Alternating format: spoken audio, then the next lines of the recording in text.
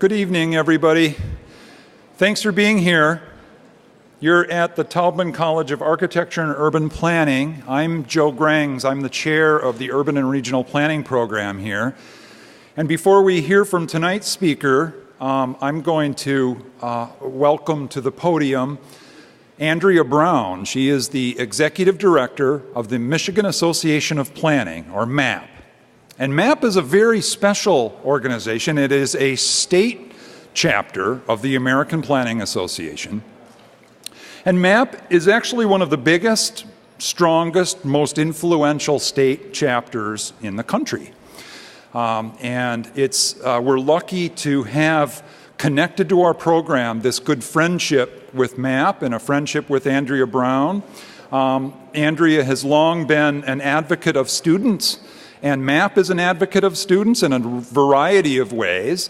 They long support providing awards for student work, and we're happy to say that many of our student projects have won awards through the Michigan Association of Planning.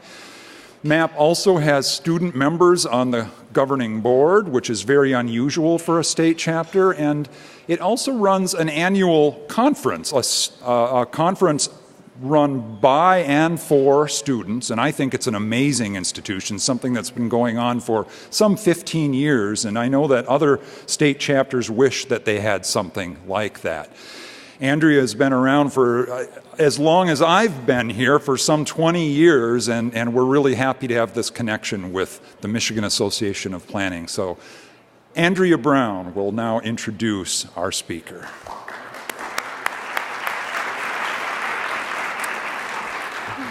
Thanks, Joe, and thank you for inviting me to introduce Mitchell Silver.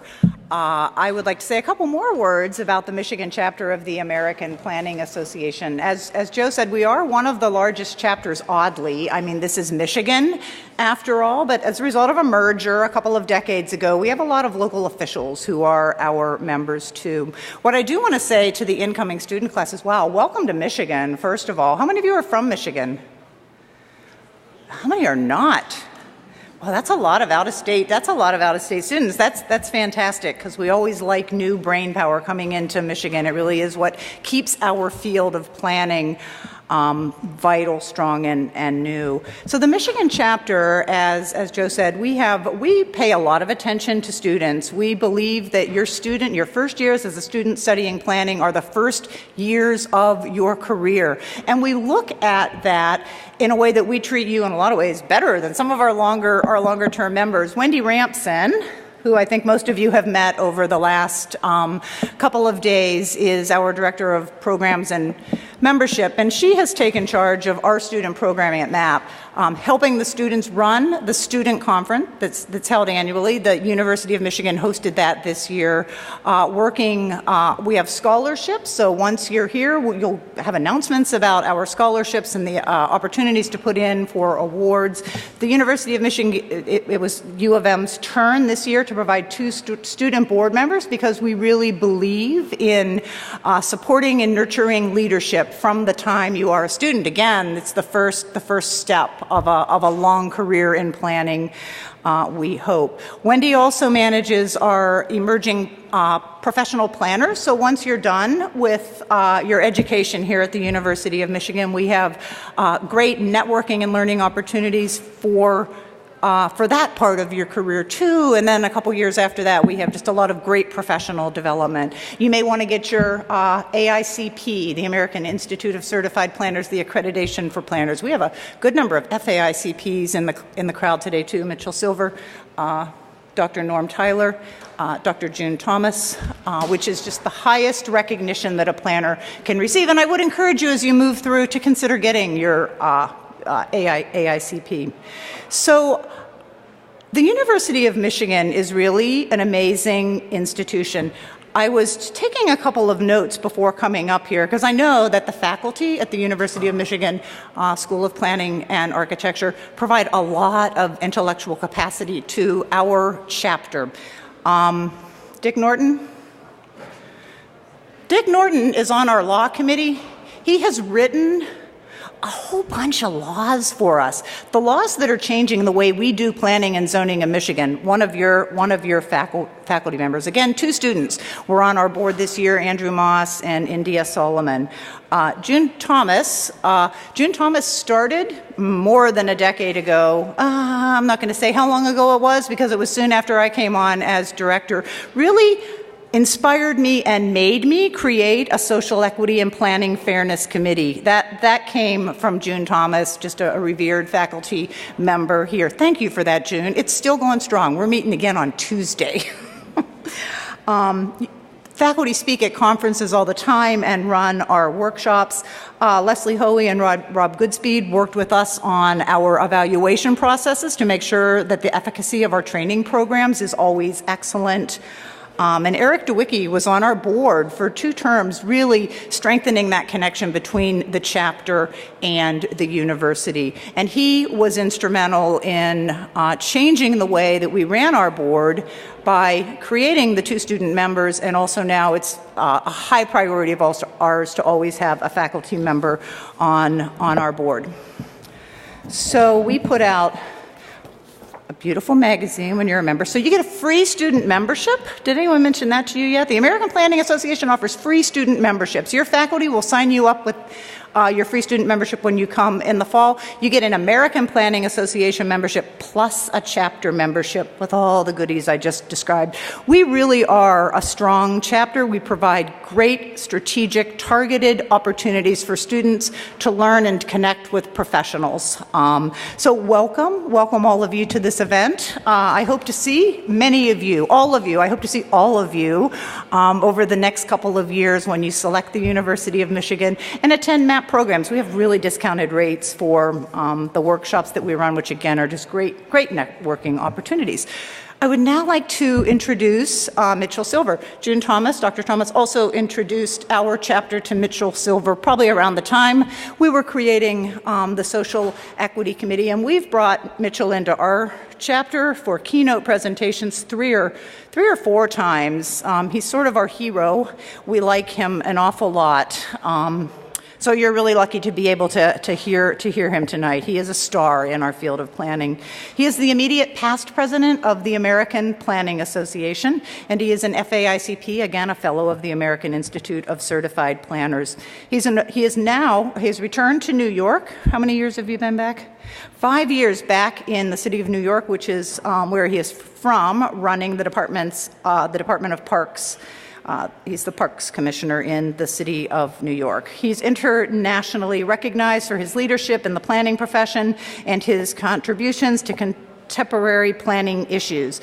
As Parks Commissioner, he oversees management and planning of nearly 30,000 acres of parkland, which includes parks, playgrounds, beaches, marinas, and rec centers. How many seasonal employees?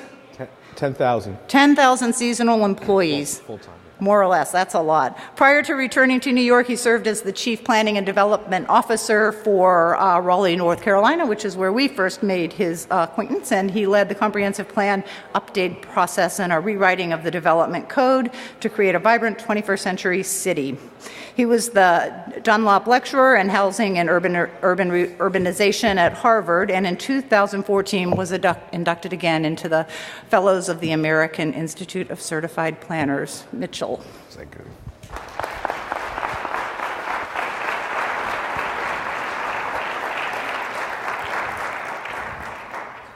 Thank you, Andrew, and I do want to extend my sincere gratitude for having such a good friend as June Manning Thomas.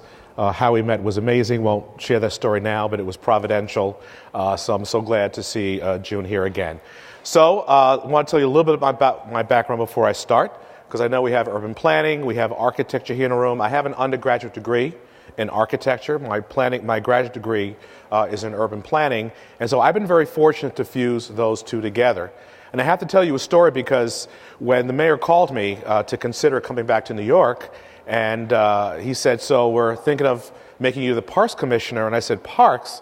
I said, no, why are you calling me for Parks? I don't think so. It's not going to work out. I said, but wait a minute. This is New York City. Why wouldn't you take a position in Parks? I said, because Parks is about 80% operations and 20% planning.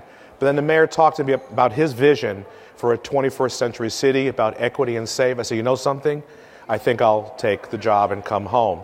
And then when I took the job, there was a headline in a newspaper that said, ex-planner becomes parks commissioner. And I said, oh, no, you don't. And all my friends in planning, you traitor, you sellout, how you do this to us? And so it wasn't until 2017 we had the national conference in New York City that, now being in the job for a few years, I said, you know something, I have to share something with you. I've now been Parks Commissioner for about 3 years, and I got to do the opening reception remarks. And I say, you know something, people literally hug you. They hug you when you open up a park or break ground. I said, in all my career as planning, no one ever hugged me for preparing a comprehensive plan. So, you want to get a hug? Work in parks. But being a planner, and it's, when I look back at my career, I have to say I made the right decision. Being a planner is like being a doctor for cities, to understand the anatomy, the soul. But it's also being that guardian of a place, looking at the uncertainty and future trends, whether it's the graying of America, the browning of America, climate change, the issue of too much water, too little water. Planners think about those future issues, so we'll say, public, even though you're not born yet, we got your back. We're dealing with those emerging trends, and we watch them like a stockbroker watches the market. So when I was in Raleigh, I was always thinking about the emerging trends. So I say, you know something? We have to do something right now about the changing demographics. This was 10 years ago. Before now, everyone's talking about it. And when those trends arrived, we were ready.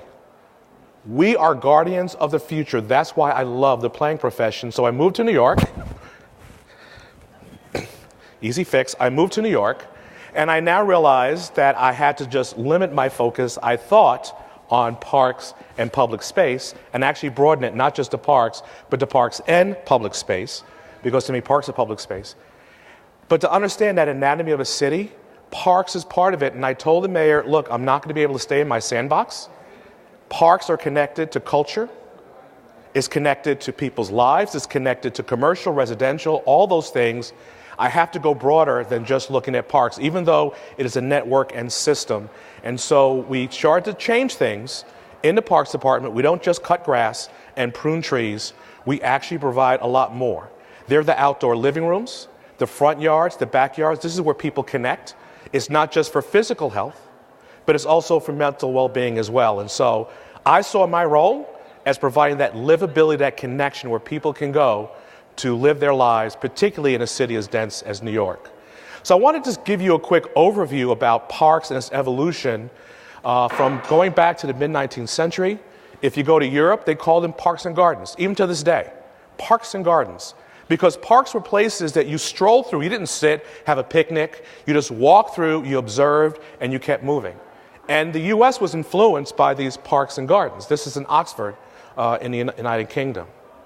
And then by the late 19th century and early 20th century, this new profession emerged called landscape architecture, where for the first time, we're now shaping the land for people. Didn't exist before, and this is a Bethesda Terrace in Central Park, where Umstead wanted to create democratic spaces, free spaces where people of different incomes and races and classes can have access to this beautiful public amenity. So that was that movement, and it changed the landscape of America. So now we had these public spaces where people can go to and live their lives for free, democratic spaces. Then we moved into what I call the recreation era, the Robert Moses era. Before it was just parks, now it's parks and recreation. It started back in the 1930s. And Robert Moses and his two Robert Moses, the good one, pre-war, and the evil one, post-war. But the pre-war was pretty amazing because he realized that there were children dying in the street. There were people drowning in the river because they did not have these amenities. They just wanted to cool off, jump to the East River, and they died. Started building these amazing public works, these giant Olympic-sized swimming pools, playgrounds all over the city because children were getting hit, whether by cars or by horse-drawn carriages, and wanted to have those safe havens. So that was between 1930 and 1965, but the Parks and Rec name stuck in most places. Then we fast forward to the late 20th century, and I call this really the environmental movement. We all know there was a period in time when the manufacturing sector started to die, and we had all this industrial land left all over cities. brownfields, contaminated soil, most of them near rivers. And what happened was we started to clean them up and giving them back to the public. Brand new movement. These were places that people had not seen before because there were industrial uses or railroads. And here is Riverside South on the west side. This used to be a freight area. Now it's a beautiful park. The High Line, here is this abandoned railroad going through the west side that people wanted to tear down. It was a blight. And now it's one of the most amazing three-dimensional park, 1.5 miles going through New York City. This is what has started to change, taking these unloved industrial assets and turning it to something pleasurable for the community. And then Brooklyn Bridge Park, where I live right near.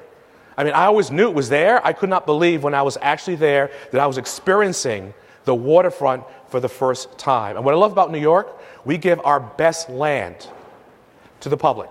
Developers, you can build behind. Because now we can experience these spaces and places we had not experienced in our lifetime. And now can you imagine? You can now kayak. This is off of Brooklyn Bridge Park.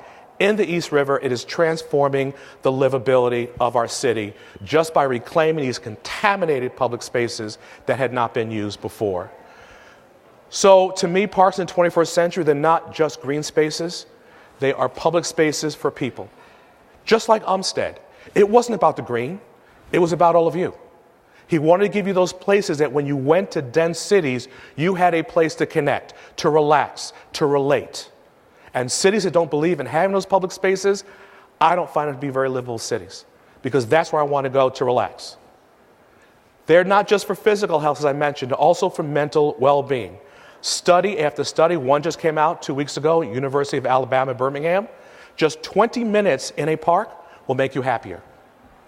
In fact, we nickname our department not just Parks and Recreation. We are a department of fun, health, and happiness. Wherever you live, do you have a department of fun in your city or your town? That's us. Because we know we're not Department of Human Services or Child Protective Services. We're parks.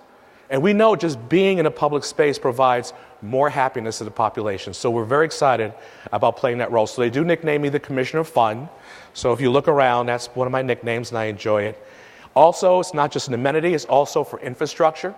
My presentation is longer than usual. If I have time, I'll get into what we're doing in terms of resiliency. But green infrastructure, first line of defense in the time of climate change. They're serving different purposes. It's not just these nice green spaces with trees and swings. They're vital infrastructure now to our city. And that's something you should all know. So for New York City, you heard how things have evolved over time. The question is, what's next? 21st century, we went through all those eras. What's next? The first is equity. That's the reason why I came back to New York. The mayor challenged me, and I said, you know something? I'm on board. And you'll see what I refer to as equity. The other one, I'm a planner, so I was so excited to bring in planning and placemaking for the first time to the planning department and created a whole new division of planning and development. They're so excited. We'll try to get very quickly on resiliency and then innovation technology I will not get to, but now we want to be a smarter park system to manage our resources a lot better. So let's do equity first. When I came on board, the mayor told me we have this senator, we have a way of solving equity. The bill was to take money from the richest conservancies and give it to the underserved parks. I said, Mayor, it's not going to work. He says, okay, you got 6 months to come up with a solution, and we did. It was called a Framework for an Equitable Future. It was launched in October of 2014. I started in May, and now this has been phenomenal. It's now being replicated all over the country. To put it in context, New York City spent close to $6 billion over 20 years improving its park system, acquired over 1,100 acres, and then working with the Trust for Public Land came up with this walk score, that every New Yorker should be within a 10-minute walk to the park. We were at 81.5%. San Francisco, the only city in the U.S. to be a perfect 100%. But when I came on board, I said, you know something, that is important. Being 10 minutes from a park is important. But it's not just about proximity. It's about quality. Because I can go to some of those public spaces, and I would not let my child or grandchild step foot, let alone play, in that public space, and you'll see a few of them. So we recognized proximity was important, but we wanted to get to quality. And so with that, we used a different lens for the first time, and it was equity. And I know there's these long definitions for equity. I use one: fairness. Are we fair? Were we being fair about how we spent our capital dollars over 20 years? Are we fair about how we take care of each one of those parks, neighborhood to neighborhood? Are we being fair?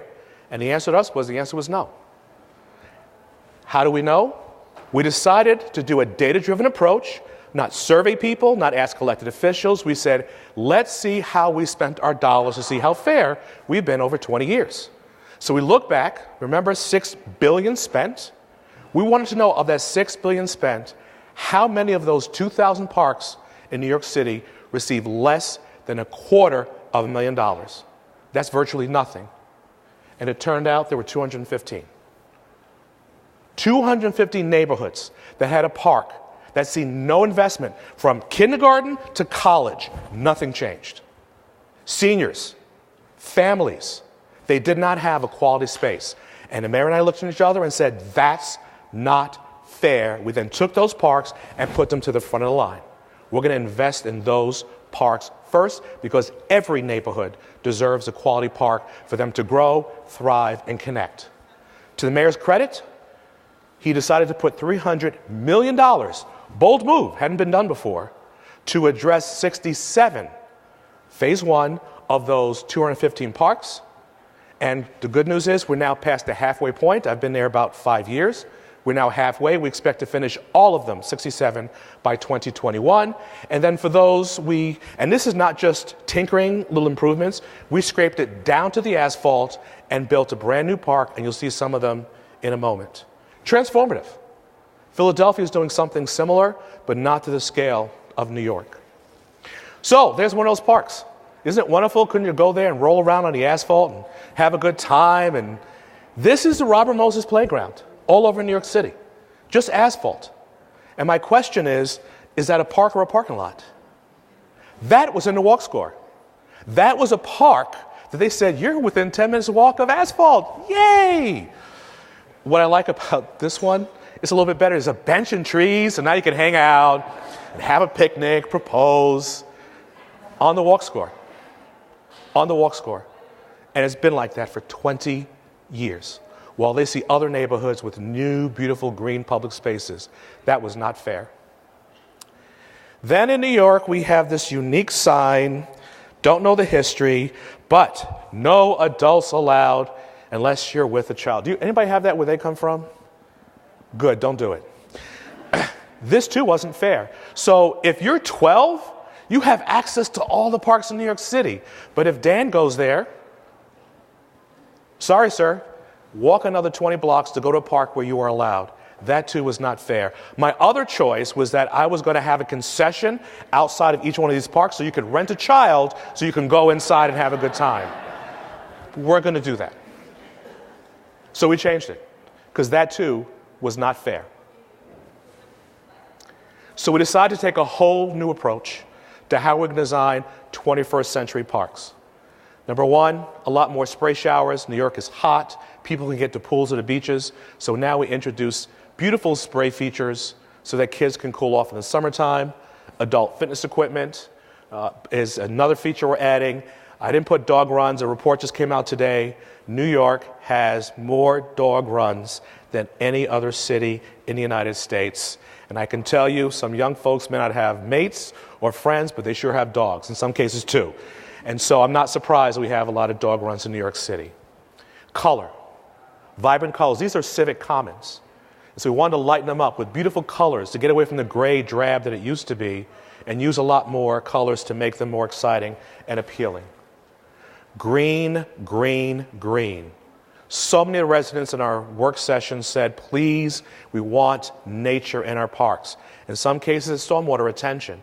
And so now we're breaking up the asphalt and we're putting in more green infrastructure that serves multiple purpose, both for mental well-being, but also takes care of water quality, air quality, and makes our parks more beautiful.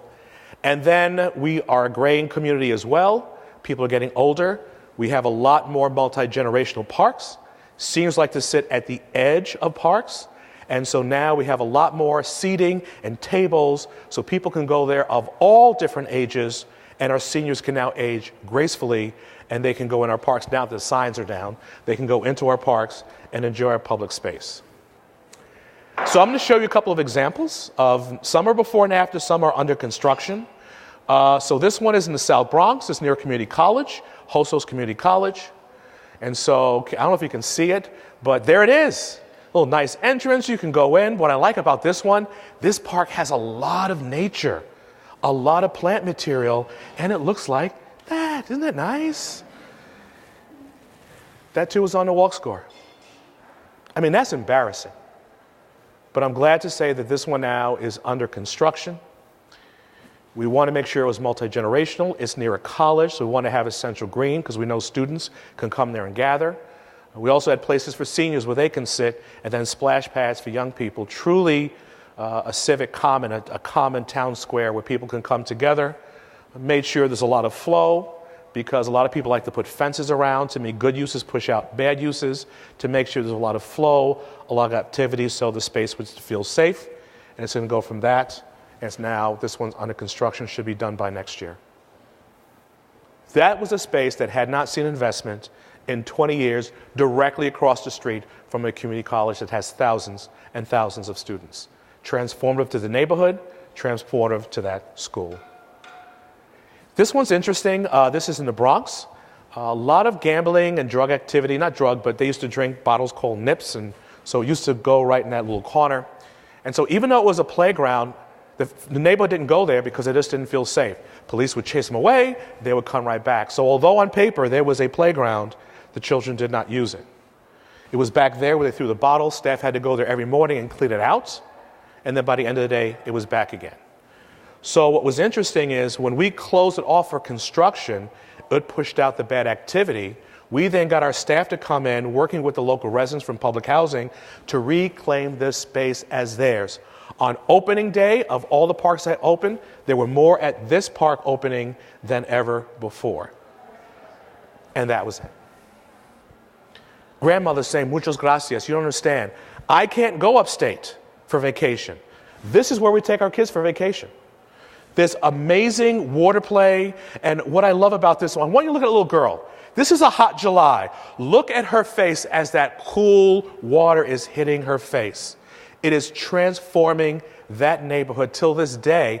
And even the women from the public housing come up to me, hugging me, saying, we now have a park for the first time. It was there, but now it's ours. And I'm telling you something, it has not changed. The bad activity did not come back. 20 years, that space was neglected. This one is a little bit, we now have anchor parks. We're now scaling it up. This one's in Astoria, Queens. This was a park, believe it or not, the neighborhood demographics were changing. It used to be ethnic white, played football here, then it became more Hispanic, and then that field started to be used for soccer. So the people got upset and they asked the then Parks Department, which I'm shocked, can you please plant trees on the football field to prevent people from playing soccer? When I heard about it, we decided to have a visioning session. We now are going to build, you see the nets there, a soccer field. The trees are cut down. This one now is under construction, and it'll be ready by August. Another story about this one, to show you the impact, is another park that was changed. This was in Staten Island. We're doing this new renovation, and I noticed that there was a nursing home across the street. And I told my staff, when you design, always go bigger with your context. And it so happens it was a nursing home. They didn't really have any seating area, so I told my staff, design a seating area for the seniors to sit and enjoy. On opening day, a woman who lived in a nursing home came up to me and she says, are you the one responsible for this? And I said, yes. I have to tell you, I'm now going to live longer because of you. Because I now sit there with my daughter and watch my grandkids play basketball. You've changed my life. So it's not just about green. It's not just about design. You're planning for people, and it has that multiplier effect. There's another story. I think there's a woman, we opened another one in Staten Island, and she was so happy she lost about 5 pounds. We now converted this old, underused ball field into a walking track, and there she is. She said, please, Commissioner, I have to show my doctor. She lost 5 pounds. She's like saying, I'm living healthier just by changing this park that had been neglected for 20 years. The last one, which is the one that really got to me the most, in Brooklyn, there was a little Hispanic boy about 8 years old. he wouldn't go into the park. It was brand new. We're there to cut another ribbon, and he just would not go into the park. So one of my staff workers went to him like saying, why won't you go into the park? He says, well, I first have to know how much does it cost to go into the park. It was so nice that he didn't believe, of all the parks in his neighborhood, that that was free. It was too nice, and he thought I had to pay. We put synthetic turf, we put a track and new landscaping, and there it is. And in fact, there he is. Do you see him running around the track? His life's changed.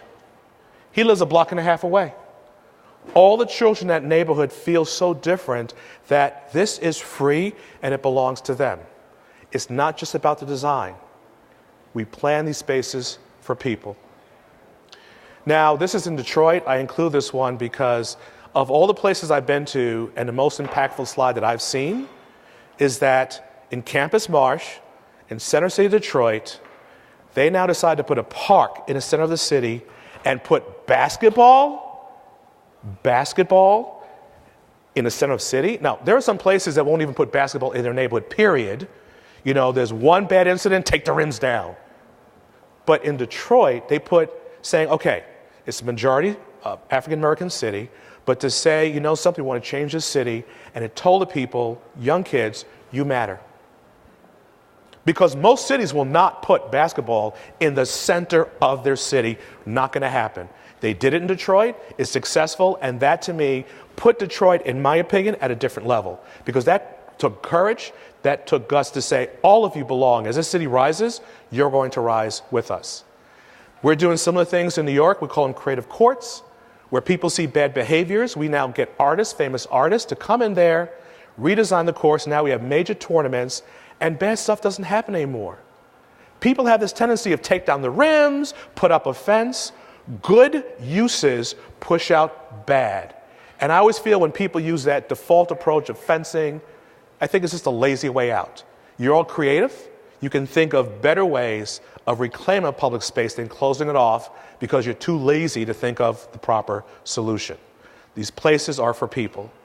We have this Anchor Parks proposal. I always get word when staff travels to a foreign country or some other exotic place and come back. I don't know if you can see it. I don't know if we can do anything with the... It's bouncing off of that table. I guess not. But these play units were so far away. A little kid is running, to the other one and playing like, give me a second, wait. It was so far apart. Like, who designed those red concrete? Designers, be careful what you do. I have no idea what those red walls are. But this is in Highbridge Park, a very hilly park, the only flat spot in this entire park. So we decided to make this a gathering place for people of all ages. This now is, we're about to break ground, and is going from this odd-looking creature to this. The neighborhood cannot believe what's about to happen. That they now have a space that hadn't been touched in 20 years, and now they're already waiting for this to open up so this can be their new major gathering place. Oh, I'm sorry, it got out of place. Those are the trees that I had mentioned to you before. These are trees planted in the football field to stop people from playing soccer. We cut them down, and now this whole field is being restored. It was out of order. Shifting to planning and placemaking, this is what got exciting because now I'm a planner. We hired some planners in the Parks Department. Very, very exciting. And for us, we want to think differently, that it wasn't just about creating a park or a public space. We wanted to make a place, the experience of a place, the memory of a place, that it has to be authentic, and I'll walk through exactly what I mean. We always focus on different generations because we know that there are 6 generations living at any given time. Everyone in the room is on this list. If you're not, you're dead, so I know you're somewhere on this list. But we design understanding that of these groups, each one of them have different values, needs, and aspirations. When you start your profession, don't just plan for who shows up. Look at the demographics in the neighborhood, whether it's age or race or income, to make sure you plan for everyone. Far too often, we plan for who shows up. Not fair.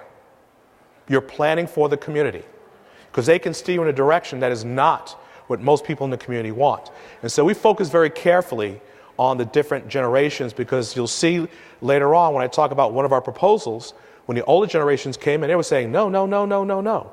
And the younger generation was like saying, yes, yes, yes. But I said, you need to show up to public meetings because the no's are going to prevail. And so I made sure with our staff, we did our due diligence, did a demographic profile of every neighborhood. When I walk into a public meeting, I'm like saying, not good enough. We could have this public meeting, now you got to go out to do more research and do outreach. Purposely do outreach to make sure we hold all the voices. In New York City, roughly of XYZ generation, over 60% is XYZ, yet when we go to public meetings, the older generations show up. We want to make sure we have balance so we hear all the voices for the future of our public spaces, not just those who show up to the public meeting. If I had to summarize, older generations are consumers of goods.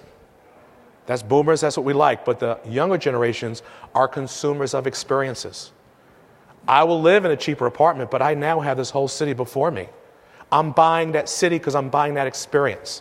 I go to places because of that experience. I go to food halls, not just a restaurant, because I love the experience. It's about experiences. So I told my staff, we're not just planners and designers anymore. We're experience builders. Even though we're designing a park, a public space, we are building an experience. You put a bench there, why? What am I looking at? How do I want people to interact? Far too many parks have bench, bench, bench, bench.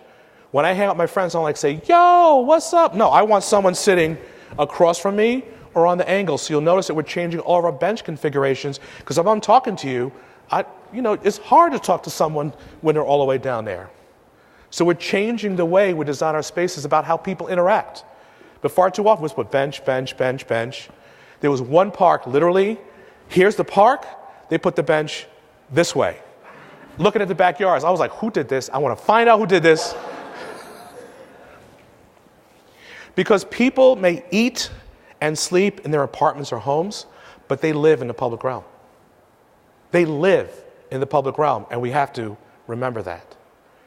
New York City, a lot of people think parks aren't essential. We get 130 million visits to our parks every year. That's more than the entire state of Florida. Just our parks. Just our parks. Where would those 130 million visits go if we did not have the park system in New York? It is so vital. 130 million visits. Concerts, festivals. That is powerful. Talk about the experience. Here are some young people sitting on a bench on a High Line, watching cars go by. Who does that? That generation, because they enjoy the experience. Very popular spot on the High Line. I wouldn't sit there, but it's a hot spot. People are lining up in Philadelphia to take a picture of the love sculpture. I was there. Unfortunately, my wife wasn't there, and they had to put my arm here so they can Photoshop her in. It was so embarrassing. But we live in a public realm. That's where excitement takes place. Now, here's a great example. This is asphalt, a street. At the Flatiron Building, Madison Square is here. We took underperforming asphalt and brought it back to life. Why are they there? Because the experience. Italy is on one side, Madison Square Park, Flatiron Building, New York. It's a magical place. And that was just street, not being used. Transformed it because now it's the experience. So it got me thinking, well, let's talk about public space in the street. In New York, 14% of the city is park space, but 26% streets and sidewalks. You put that together, 40% of New York is in the public realm. We own it. And I've noticed that the average citizen doesn't care if it's owned by the Parks Department or Department of Transportation. They don't know. And guess what? They don't care. But the agencies do. This is my territory. I'm Public Works. The average citizen does not care. 40% of New York City was in the public realm. So I said, you know something? Let's do something different because we're bad land managers. Let's figure out how we can better coordinate whether it's public works or parks, and let's put it together. Someone famous once said the sidewalk adjacent to the park should be considered the outer park. Does anybody know who that was? Frederick Olmsted. He designed sidewalks to be the outer park.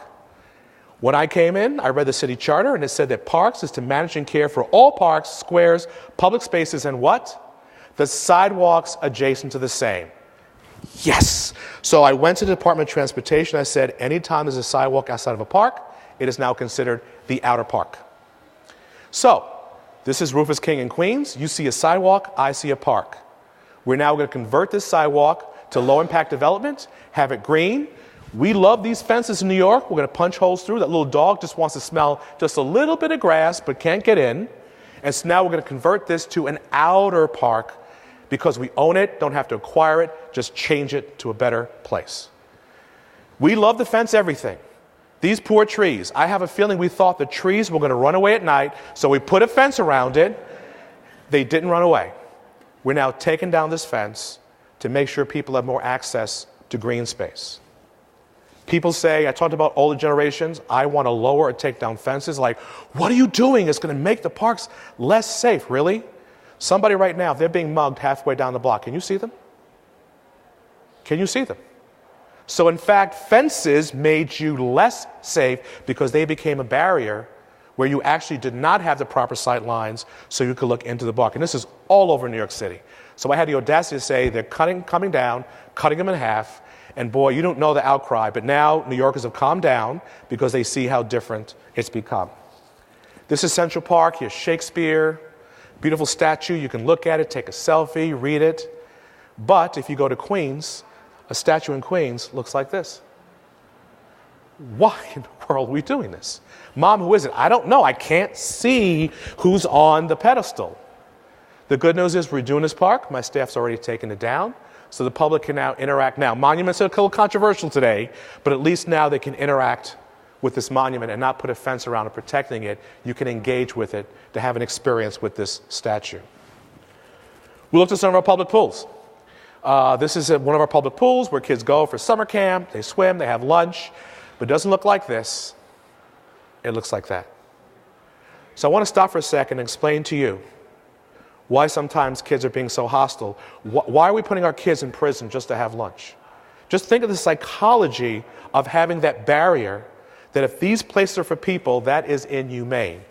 What we've done now is we've cut them down. This is a shorter fence, brighten the colors. So now it is a wonderful experience. We have this new initiative called Cool Pools. We took one pool at per borough, transformed it to now make it a major destination that people could enjoy and not this prison filled with rules just for people to go and swim. This is an example in Greensboro, North Carolina. You don't know where the sidewalk begins or the park ends. It's all seamless and connected, so that's something we wanted to do in New York City.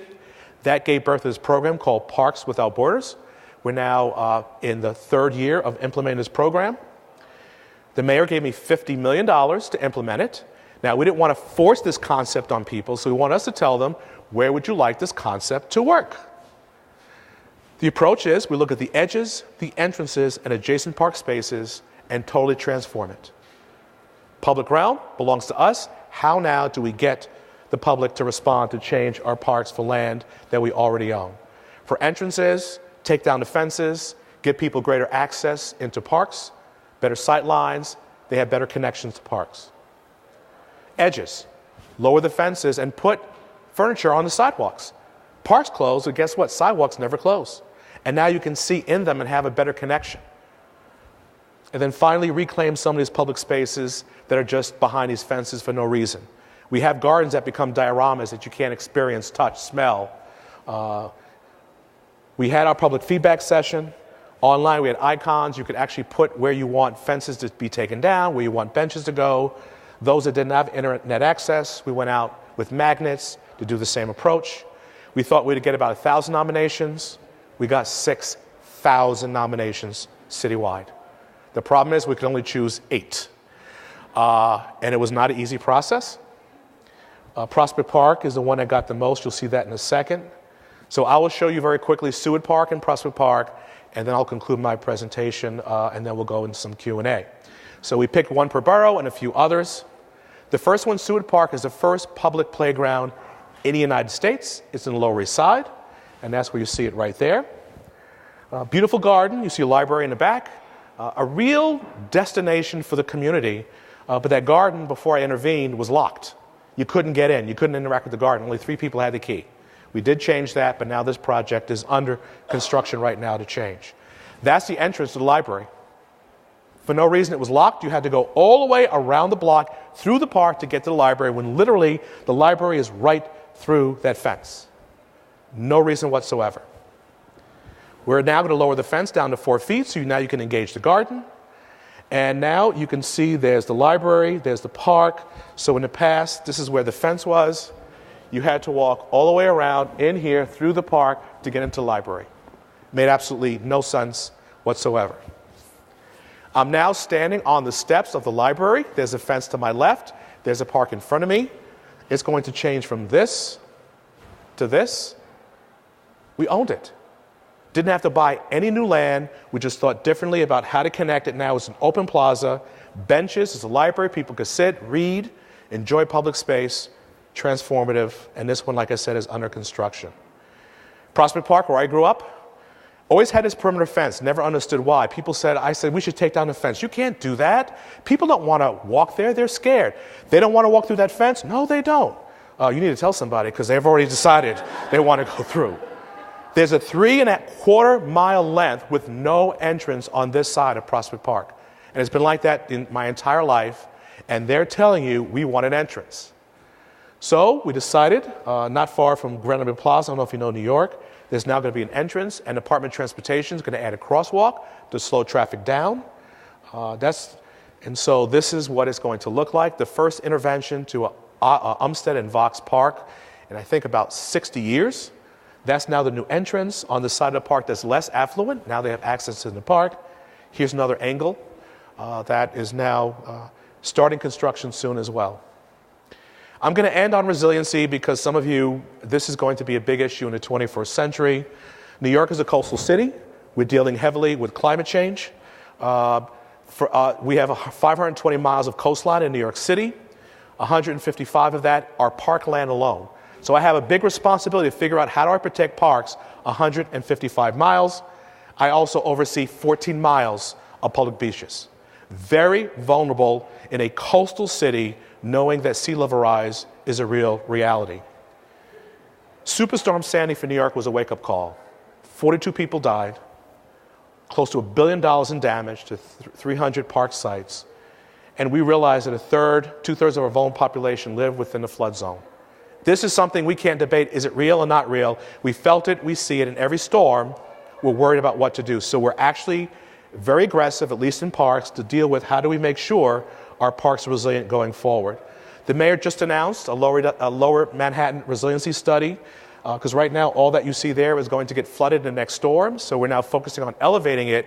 But parks serve as those buffers for recreation, but also for the first line of defense. So we're trying to get ahead of the curve and be a leader in the nation, whether it's Miami and others can learn from us about how you start to deal with this threat of sea level rise. So we're looking at our whole effort of having resilient waterfront parks. We want to make sure we also bolster the ecosystems. We want to adapt to sea level rise. And we have to really think differently about how we plan our parks in the future. So for our staff, we came up with these guidelines for every park. We now are thinking very differently about how we design in New York City, particularly on the coast. And we're now exploring the 3 ways we're doing it: nature-based systems, hard structures, and then integrated flood protection systems. So at least as a coastal city, we're thinking very differently. And as I said earlier, we're now looking at parks for multiple purposes. So in closing, our goal is to create a more equitable park system with a seamless public realm that is resilient to protect present and future generations. Thank you.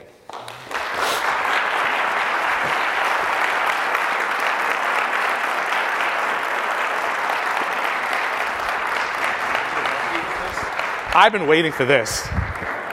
I am so excited. I've not done this before. So, by the way, if you want to ask me planning questions, because I know when I was invited, they wanted me to talk about what I'm doing in New York City. I also love to talk planning. So it could be planning, it could be parks, it could be life stories, whatever you want. So who has a question? Okay, okay. First, thank you so much for impressive presentation. I really enjoy it. I think people are always like parks and public space. But as you said, park is about 20% planning and 80% operating. I think everyone tends to like to see a new park being built, but it's more difficult for them to recognize operating that park may cost a lot more money. Mm-hmm. I saw a lot of beautiful parks getting blighted very fast because there's no enough money to properly sustain it. So how did New York City solve that problem, and what can we learn from that? Well, for one, as commissioner, and I know this shocks a lot of people, I push back on the exciting new parks. We have the High Line, there's also the Low Line and the Queensway, and I said time out. The Anchor Park Initiative was our goal to make old parks new again. We have 2,000 parks, some been neglected. I want to take care of the old parks first before I start making on the new shiny toy. It's like if you have a house and it has mold in the basement and the structure's falling apart, but I want a new kitchen. I want a new kitchen. So no. Under my leadership, there will be no kitchen. We will take care of the state of good repair first, so that as we sustain it, we can build on it in the future. So you're absolutely right. Far too often, people want the new and forget that we have to take care of the old. Where I'm going to make a difference is that now, because of public-private partnerships, most new parks are being built very differently. Brooklyn Bridge was a master plan where we purchased land, a portion of it went for development, and then the sale or lease of that land helped pay to build and maintain the park. I do support that model, and that's what we're doing for the most part in New York City right now. But you're absolutely right, maintenance is key, state of repair is key, and I'd rather fix the old. That's why our Anchor Park is called Making Old Parks New Again. You want a new park? Take an old park that has been neglected and make it new. That's my approach, and that's how we're getting to the way of addressing maintenance and public-private partnerships for new parks. You want to pause it again? Yes. Okay, I'm going to try. Oh, this one's a little bit closer first, so let me try you, and then I'll get to you. I just want to make sure people duck. Thank yes. you. So I lived in New York for 6 years. I went to NYU, and there are a lot of great public spaces around there. But I would have the experience frequently where I would go like to Union Square and I would try to hang out. And I would be really happy for a while because it was beautiful and there was lots of great stuff going on. And then I would get cornered by usually a man who wanted to talk to me. And I didn't want to talk. And it got very uncomfortable very quickly. So I'm wondering if you, maybe not necessarily that literal kind of example, but what kinds of gender dimensions there have been to your efforts to make spaces more equitable and accessible. That's a good question. One thing we've noticed in our studies, and this is for gentlemen, women don't like when you take off your shirts in parks, so keep your shirts on when you play. You make a good point, and we look at studies to show the balance of what is the composition gender-wise in the park where women feels comfortable. And so we're looking at that, and predominantly if there are more women and families and seniors, women tend to feel more comfortable. If the ratio was higher for men, they will not feel as comfortable. You pick probably the most busiest epicenter park in the city of New York where all things are going on. It's hard to say because, as you know, the park has certain alcoves that you could probably experience a lot more visible, but we don't actually go out there to make sure those type of things happen. What we do is make sure all parks are visible where a woman does not feel isolated. It has better lighting. They feel more comfortable. And we try to tell the men, put your shirts on. So that's about the best we can do. But a lot of the parks without borders is to make sure there are nice sight lines, there are more activities where a woman actually feels more comfortable in the park. But to your level, we do have PEP enforcement control, but we don't interfere when it comes to men trying to talk to women. But I hear you. I'm gonna. Oh, good. All right. This is a slightly different question. I was kind of thinking about this operations versus planning dichotomy too, because I think it comes up in a lot of different municipal departments. And I guess one thing that strikes me is that a lot of your guys and gals in the field, boots on the ground, know things that the people in the office and the planners don't. And it's a real opportunity to, kind of bring that knowledge back up the chain. And I'm curious what, if anything, you guys do to encourage that and kind of break people out of those silos. So right. Kind of a more organizational question. Well, we do that. I prefer really to listen to all staff. My leadership style is very collaborative. and I make sure that everyone in the field communicates upward. We do have, it's not a suggestion box, but we do allow people to submit ideas to be considered, because you're right, the eyes and the ears, they're in the public space. So I make sure we hear them, we adapt to them, and in fact, we do take a lot of their recommendations. You know, another point I want to make is that I'm not a parks person. I mean, the mayor took a risk, and the fact that you have a planning background, because you have a very broad-based, comprehensive overview, you really understand the role of planning for people, that I don't think, they even told me that no one in the history of plan commissioners came up with ideas like this. It was typically cutting trees, putting grass, making sure the programs are running. So even though you have a planning background, maybe one day you can be a parks commissioner, you're getting the right foundation, because I came in with a very different set of eyes. And the fences were always there in New York, right? But everyone said, I never thought about it before, because we just got used to 7-foot spike fences. No one ever thought that we needed to take them down, and when we did, people like saying, did you buy more land? I said, no, we just took the fences down. No one thought that way, so planners bring that perspective, that different focus that hadn't existed there before. So that's what I like about this profession, that it really makes you think about people, not just the design, but how they experience space, and you think about those experiences. I spend time in parks. On Sunday, there was an article in the Times where every time I would go to a park, we opened it up, it was perfectly clean. And I'm like, staff, stop doing that. I mean, every time I come to a park, it's like vacuumed and every leaf is picked up. So I decided on Sundays, because I love photography, I'm just going to go in a park unannounced. I want to see it in this raw, authentic state. And staff freaked out. I said, no, I'm not there to ding you. I want to know what you need to be successful in taking care of the space. And so we had those one-on-one conversations when I finally kind of took my hat off and said, hi, I'm Parks Commissioner. And they started shaking and said, it's okay. But to me, it's very important to see where people sit. People kept saying, stop building tall buildings, it's providing shade in the park. Yet I went in the park in summertime, and every family's underneath the tree in the shade. So that's where you're able to kind of experience the space by being there and observing people and watching people, so that way we could have a better conversation. When you say you don't want tall buildings, it'll cast shadows in the park, then why is everybody sitting underneath a tree in the summertime to stay cool? So. Oh, you're close. Okay. All right. Is this a microphone too? It is. Okay. All right. Well, first of all, thank you for being here. I work for Detroit Parks Department, so all of this rings true 100%. We're illuminating fences at a mass scale too. But I also want to say that was a great point about operations and taking information up from. If I could give any advice, which I don't think you need because you're probably already doing it, but definitely have your lawn mowing people and your trash collection people talking to your landscape designers. That's the key. We do that. Connection. We do. I'm sure you do. Yeah. So, anyways, another thing was just a compliment. My brother lives in Brooklyn in Carroll Gardens. And you renovated a park under the F line and did an amazing job on that. You know the one? I don't know the one. There's so many, but wait. I know that one. I know that one. It's dark. I don't know why. I do remember it because I asked my staff, why did we put a park underneath and elevated, all dark? So I do remember that one. You did an amazing job. There's a splash pad and a killer playground that's very unique. And my niece and nephew love it. And before that, it was basically like a fenced-in service yard. So it's very much to what you're talking about. And so, nice job. And then a question? Yes. And I'll tell you my favorite park in New York. Yes. Fort Greene Park. What's yours?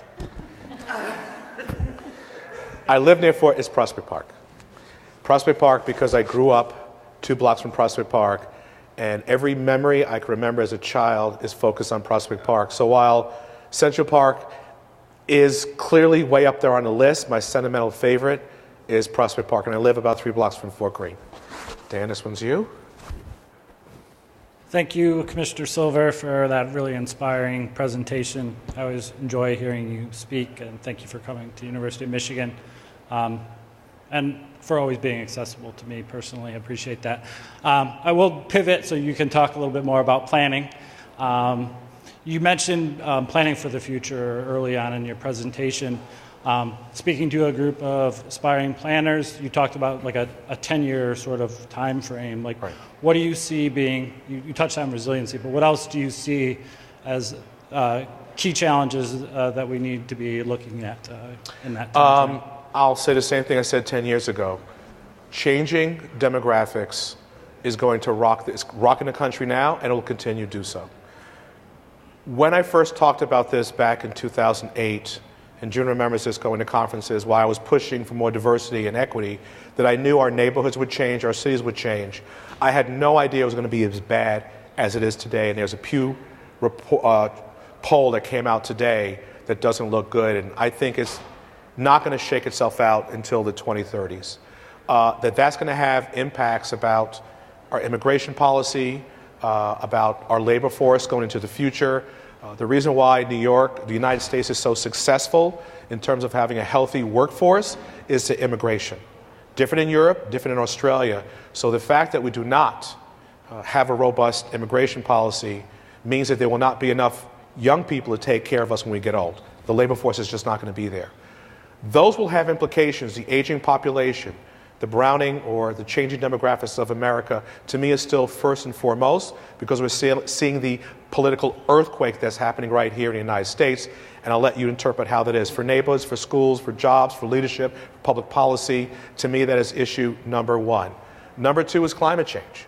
It's becoming more and more apparent, and each day we delay is going down the road that's going to make it more that difficult in the future. And then I would have to say, whether it's equity or inequality, our economy is going to start to shake. And I think if I had to put those, and a lot of you say these aren't planning issues, they are planning issues. There are definitely planning issues about how neighborhoods and places and cities, how that's all going to function. So I'd have to still put demographics number one on the list, climate change number two on the list, and then I probably have a concern about infrastructure as well, because that to me is something that I'm getting quite concerned about. So those are the three. I want to underscore the importance about planning is that, thinking about these emerging trends, because I used to have a slide where I talked about all these emerging trends and saying, some of these issues are new to the 21st century. They have never happened before. So you can't Google to find a solution. They're looking for people to be innovative. They're looking for people to think very differently about the future. So like when I was a planner, I don't like wish list planning. What would you like to see in your neighborhood? A supermarket. Ooh, supermarket. What about parks? No. What are the emerging trends, and what are we going to do about it? What problems are we solving? When I was in Raleigh, they loved single-family homes. We did a projection to say, if you keep doing this, you're going to run out of land in 20 years. No more land left. If you go more dense, or have a different future. That was a different question. So it was, what are we going to do now? We're running out of land. We were running out of water as well. That's very different. Like, what do you want to see Raleigh be in the future? It's like we're running out of land, running out of water. Single-person households are on the rise. They're not going to want to buy single-family homes. What do we do? Different set of questions. And far too often, planners let the public and elected officials off the hook because we don't ask those tough questions. It's like, what do you want to see your city to be in the future? That's not it. There's time for the wish list stuff, but the bottom line, what are the issues you're facing? In New York, we expect to grow by 740,000 people by 2040. We're a dense city. And people are saying, no, I don't want density here, I don't want density here, I don't want density there. I was like, folks, hello, that translates to 300,000 units. It's not, we don't want them, it's where they're going to go. Because remember this, when you say no to something, you're saying yes to something else. In Raleigh, we said no to density and senior housing. What we're saying is young people and seniors, we don't want you in our city. That's not what we're saying. So for me, no is not, it's irresponsible, it's how. So to answer, broaden your question, to me, is understanding these emerging trends and what we as planners, we live in that space. Come up with those solutions so it's like, public, I got your back. Raleigh, I have your back. America, I have your back. That's where I spend my time thinking, and that's why we need planners to be in that space. Not the wish list folks, but those that are committed to solving problems of the future. I got a little bit carried away. Thank you. All right. Thank you. This is therapeutic. I do parks all the time. Planning questions are welcome. Whew. Feel better. Okay. Thank you for speaking with us today. You're an incredibly engaging speaker, and I really appreciate that. I have a little bit of a nitty-gritty question. So I see that you're doing a lot of recreational water features in these parks, like Yes. splash pads and stuff like that. Do you have any systems in place to mitigate the waste of fresh water, like that's used? Are you recycling that water that's used, or is it just turning Yes. into runoff or things like that? Do you have those systems? All the new for it? parks have stormwater retention in them, Okay. so it goes right into that system.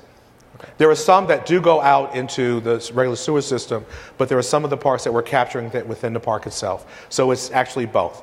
But our goal, for the most part, but no, we cannot recycle the water because New York, they believe that if you do that, the kids are going to drink the water, and so we can't do that.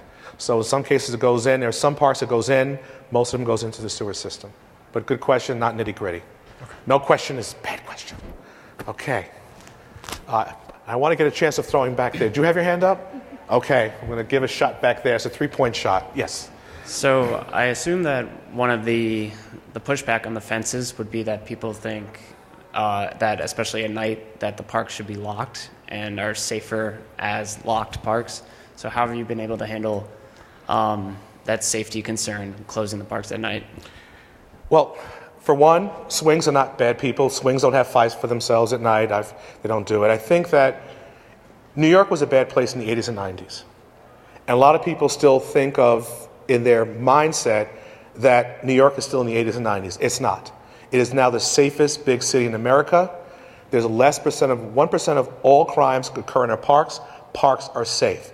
But people just have this notion we got to lock the parks, or they're worried about the homeless. That sign, I believe, by the way, about no adults without a child was in part made with the homeless. So we're now leaving the parks open to see if anything happens. As a pilot, nothing happens, and so we can leave them open. In the Bronx, it takes my staff 4 hours every day to lock and unlock parks. I'd rather them clean and maintain parks than unlock a park that doesn't need to be locked. So it's just a mentality, and so that's just a struggle, because growing up, parks were bad. So now we're lowering the fences to 4 feet. They think they're going to hop over. Why would I do that? Just to sit on a bench, but you can't be in there. So I think it's taking some time for New Yorkers to get used to it. And let me add a little bit of piece about the homeless, because parks are open to the public. They're open to everyone, whether you have a home or you don't have a home. They're free, public, democratic spaces, and even the homeless can go and enjoy the park. People struggle with that. Now, nobody can sleep on a park bench, whether you have a home or you don't have a home, and no one can stay there after hours. Although people struggle when I say this, a homeless can go into a park. And I wish I had a slide of it, but I'll never forget one day, we opened up a new waterfall, Morningside Park, beautiful Olmsted Park, northern Manhattan. And as we're leaving, we just opened up a new waterfall restoration. And one of the women from the Conservancy knocked on my window. I was leaving, and then she had her hand held out with coins. And I said, "What is that?" She said, "The homeless gentleman over there, he comes to this park every day. This is the only place where he feels connected and alive, and he wanted to give all the money he had left to the Conservancy to thank you for taking care of this park." What was I supposed to do with that? And we're like saying, "No, go, get out, no, ooh, smell," no. It's free and it's public, and that's the first time I made the connection that maybe being in the park is a road for recovery for him. Yet we want to say, "Get out, go away." They're human beings, and so it changed my entire mindset, even though it was there already, but it made it real. And I have that picture on my phone, if anybody wants to see it, of the 33 cents or whatever. Gave all his money just to say thank you. So to me, it's like, it's for physical and mental health, and that includes the homeless. I'm going to take a shot. I'm a little bit nervous. That's too far. Okay. Great. Okay, so I grew up in Raleigh, and so I was starting to see the results of your work when I was in high school, but, at that age, you don't really know anything about anything. So I'm kind of curious how, when you were first handed the job, I guess this question is kind of Raleigh specific, but I think can be broader than that. So how did you think about revitalizing Raleigh and sort of trying to trying to accommodate the growth and the change that it was seeing. And I think it's important because, you know, so much of the like demographic shift is to southern cities that look a lot like Raleigh. Right. So how can we think about that? I gave part of it. The first is that I wanted to spend the first 6 months to a year of doing nothing but observing Raleigh. I wanted to make sure I spoke to people, I hung out, because whatever I did, I wanted to be authentic to Raleigh. Raleigh's not Atlanta. You know, Raleigh kept saying, we don't want to be like Atlanta. I said, don't tell me what you don't want to be like. What do you want to be like? And so I took the time to understand the culture, so when I finally started to have a conversation about what we needed to do, people listened. We started to talk about some of those emerging issues about just building single-family homes. And as I started to talk about what Raleigh can be in the future, I said we need to go from Mayberry to Metro. You're probably too young to remember that. The press went crazy. How insulting you are to call us Mayberry. You are. You have a statue of Annie Griffith in Pullen Park. Please. And so I said, Raleigh, you're at the point where you're growing up. What do you want to be? If you don't want to be Atlanta, you had to be authentic to who you are. And that started that journey. We had to show them that they were wasting land by just building single family. And the trends were telling us you have to have more density. So we established Growth Center. Hillsborough Street, you saw that change. That was the work we did. Downtown, opened up Fayetteville Street. We did the Union Station Hub on the west side. So all this was conscious of having these growth centers because people wanted experiences. People were hopping over fences to walk on subdivisions with sidewalks because Raleigh didn't have any sidewalks. Or they did, and then it just ended. It's like, where do I go from here? So people were craving.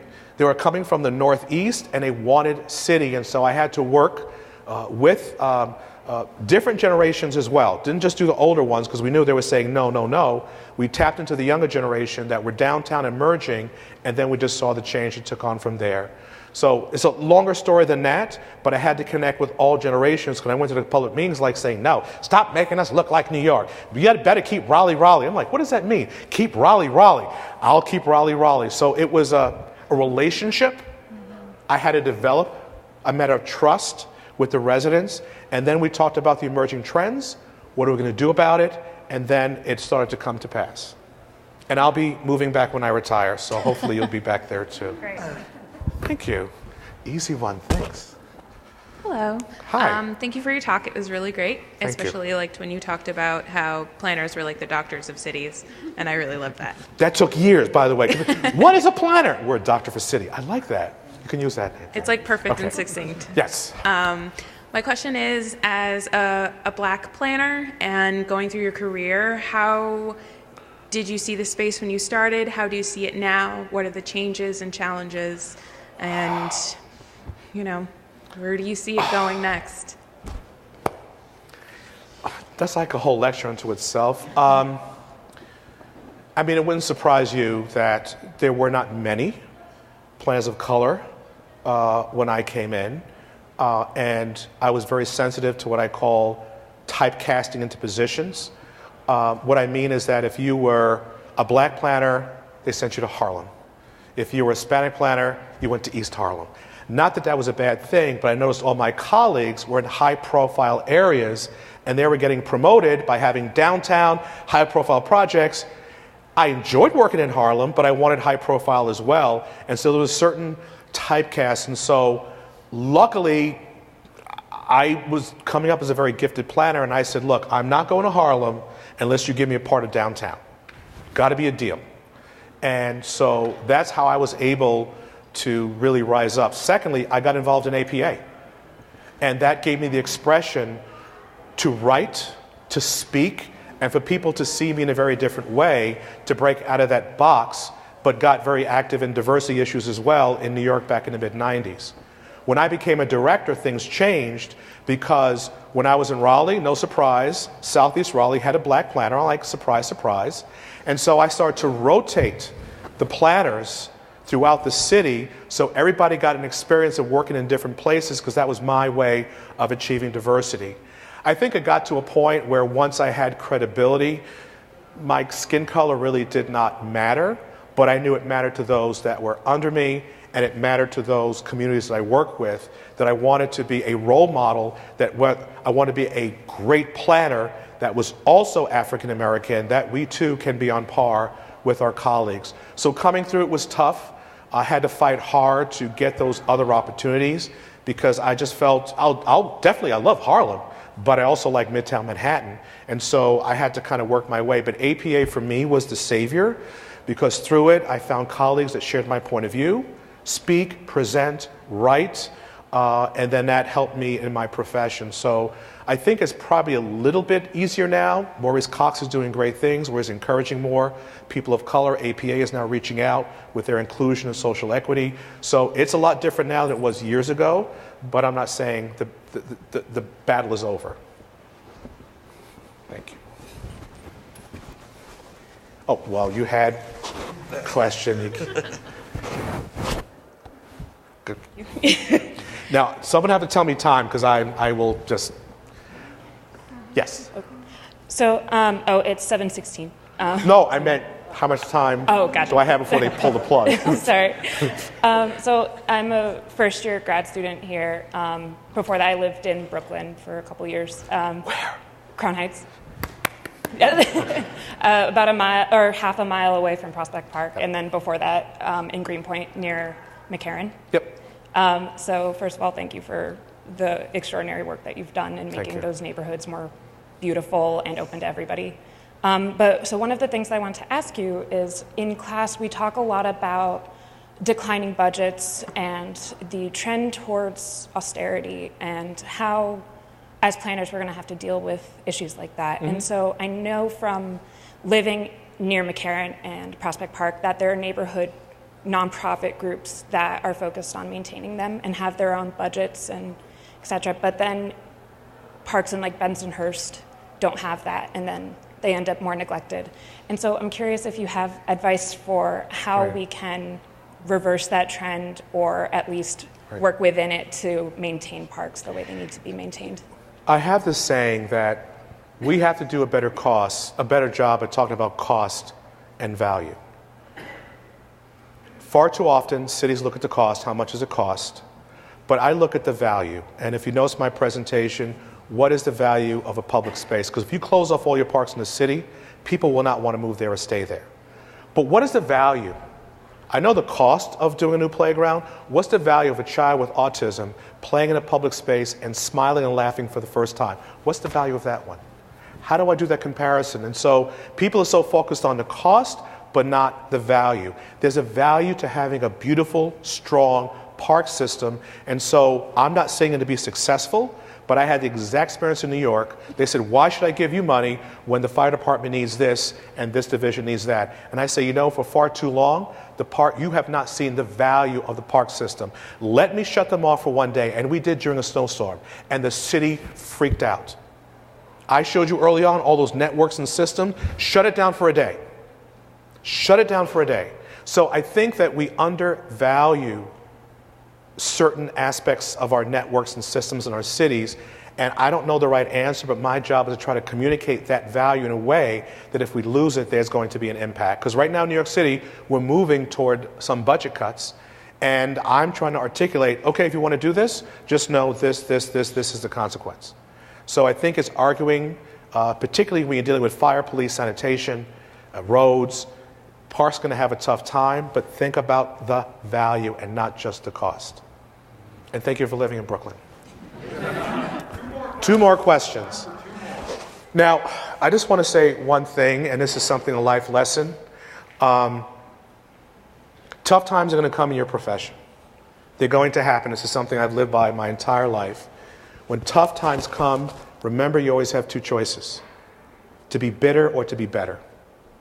So when those tough times come, particularly to your question, why didn't I get picked? Why didn't I get the job? Rather than being bitter, I decide I'm going to be better. So when I was in Raleigh, we had budget cuts. I went to my staff and I said, I'm so excited because we're about to do great things. Well, everybody's like saying, oh my goodness, what we're going to do.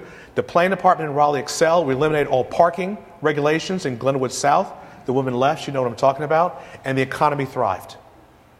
When tough times come, I get excited. in my career or as a leader, because I know I'm about to get better. So just keep that in mind. Last 2 questions. Oh, this side we totally neglected. Ladies first, and I'll go to you. Okay. Hi. My question is around affordability with the new approach to parks. Are you collecting any data, and are you addressing affordability around the parks that you have invested money in? Right. I'm going to take your question a little bit different. We don't really look at the affordability, but a lot of people say, if you improve my park, it's going to gentrify the neighborhood. Because that's the other fear I hear. Don't improve the park, you're going to gentrify. And I have to say, sorry. In certain locations, Highline maybe, your average neighborhood park is not going to happen. But people still have that fear. I said, so what you're telling me is because you have this fear of gentrification that I have to deny these children, this family, another generation of having an inferior park. It's not going to happen. It's not going to happen. I will not allow those children to be denied, because that's what we hear. And we're finding if we do improve, now if you don't improve a park, property values go down 5 to 10%. So in terms of affordability, yes, where we invest, we want to make sure we invest in communities that are underserved, but we also have to deal with that question, if you fix up my park, it will gentrify, and we're not seeing that. People do want to live near a park, but I do not want to deny a neighborhood a quality park because a few fear that it may gentrify the neighborhood. And you have the last question. Yes. Well, thank you very much for your talk tonight. And I get the last word. All right.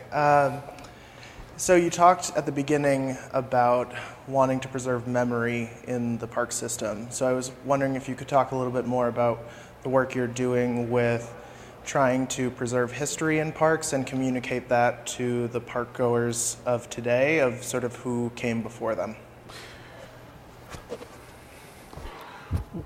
In our historic parks, some are landmarked. You saw Bethesda Terrace. So it's very important to us that we do cherish those historic elements of our parks and restore them when possible. In terms of new memories, we now have this new program. We're putting signage in because we want people to create new memories. You know, the question was asked about my favorite park, Prospect Park. Why? Family reunions. My father took us there, my mother, who passed away. And so those memories sear, and so we want to create places that create new memories. We do that a lot through placemaking. Right now we're doing all creative things. In one of our ice skating rinks, we have bumper cars on ice. Have you seen these things? Oh my goodness.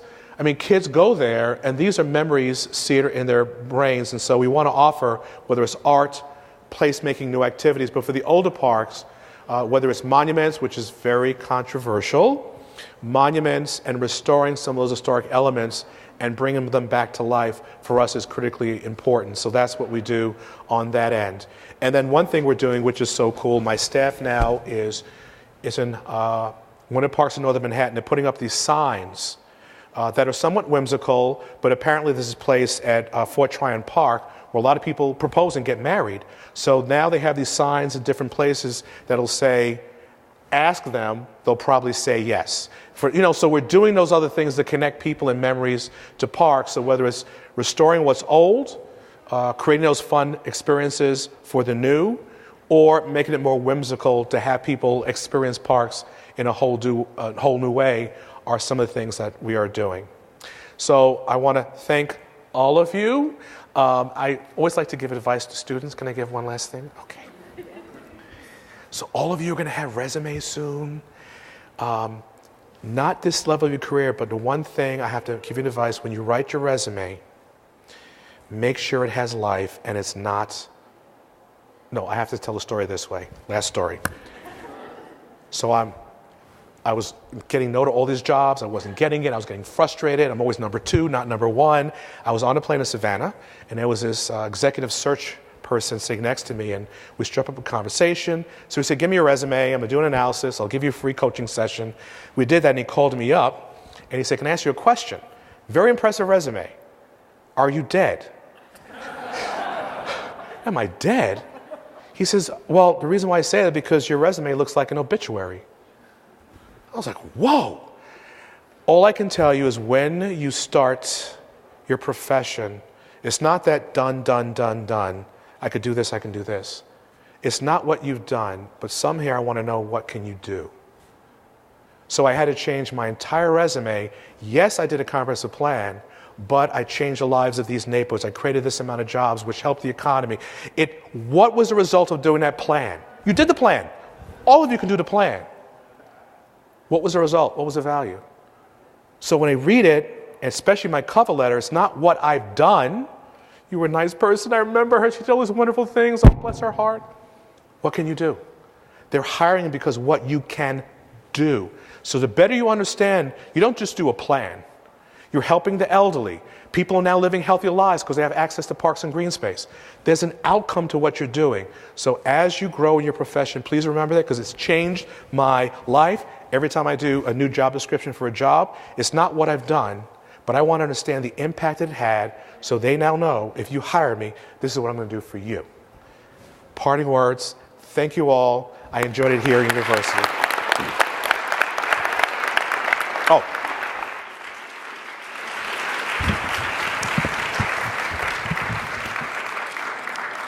Just a quick word to wrap up. There are many people in the room who are visiting us, and they're here because they want to become planners. And at the same time, I sense that they're trying to figure out whether planning is right for me. I hope that you see in the work of Mitchell Silver his plannerly frameworks that he brings to the issue of parks. He brings to understanding parks a thoughtful care, a holistic view, a sensitivity to interconnections among various dimensions that allows him to see things about parks that even park experts are missing. And that is the skill that planners bring to many issues, many impending challenges that our world is facing. So I hope that you are inspired by Mitchell Silver's words to become planners yourselves. Thanks for coming out tonight, and good night.